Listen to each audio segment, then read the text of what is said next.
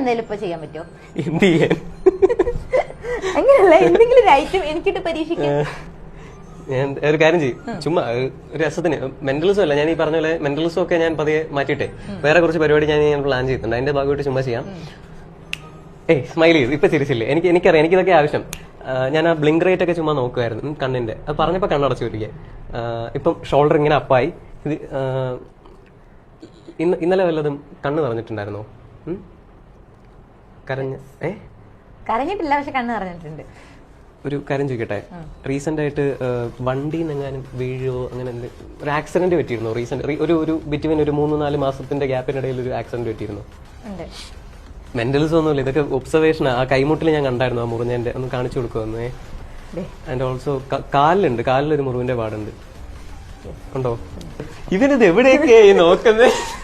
ഇത് നമ്മളെ ആർട്ടിന്റെ ഭാഗമാണ്. This is part of observation ആണ്. കമന്റിൽ നീ വായി നോട്ടത്തിനൊക്കെ ഫ്രീക്ക് പേര് ഒബ്സർവേഷൻ. അനന്തുവിന് അത് തെറ്റിദ്ധരിക്കണ്ട, വായി നോട്ടല്ല.